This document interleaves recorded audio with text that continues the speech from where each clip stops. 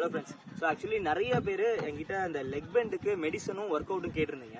So கிட்டத்தட்ட நான் ஒரு 200 பேருக்கு மேலே நான் மெசேஜ் பண்ணிட்டேன் கேட்டவங்களுக்குலாம். இருந்தாலும் நிறைய பேர் கேட்டுகிட்டே இருக்காங்க. அவங்களுக்கு முழுசாக என்னால் பண்ணி முடிக்க முடியல. ஸோ முடிஞ்ச அளவுக்கு நான் ட்ரை பண்ணேன். ஸோ இந்த வீடியோ எதுக்குன்னா லெக் பெண்டை வந்து எப்படி சரி பண்ணலாம் நிறைய பேர் கேட்டிருந்தாங்க. ஸோ இது வந்து ஒரு மெடிசன் நம்ம கொடுக்குறோம், ப்ளஸ் ஒர்க் அவுட் வந்து நிறைய பேருக்கு சொல்லிட்டு இருந்தேன் என்ன பண்ணணும்னு. இன்னும் நிறைய பேர் கேட்டுகிட்டே இருக்காங்க, என்னால் பதில் சொல்ல முடியல. ஸோ அவங்களுக்கு தான் இந்த வீடியோ. ஸோ ஃபஸ்ட்டு சைனோபெட்னு ஒரு பவுடர் இருக்குது, அது அமேசான்லேயே கிடைக்கும். அந்த அமேசானில் கிடைக்கிற பவுடரை வந்து அது பர்டிகுலர் வெயிட்டுக்கு ஏற்ற மாதிரி 1/2 ஸ்கூப் இல்லைனா 1 ஸ்கூப் வந்து காலையில் கொடுக்கணும். அதே மாதிரி பெட் ஜாயிண்ட்ன்ற ஒரு டேப்லெட்டை அதே மாதிரி வெயிட்டுக்கு ஏற்ற மாதிரி காலையில் நைட்டு 1/2 டேப்லெட் இல்லைனா 1 tablet depend upon the wait.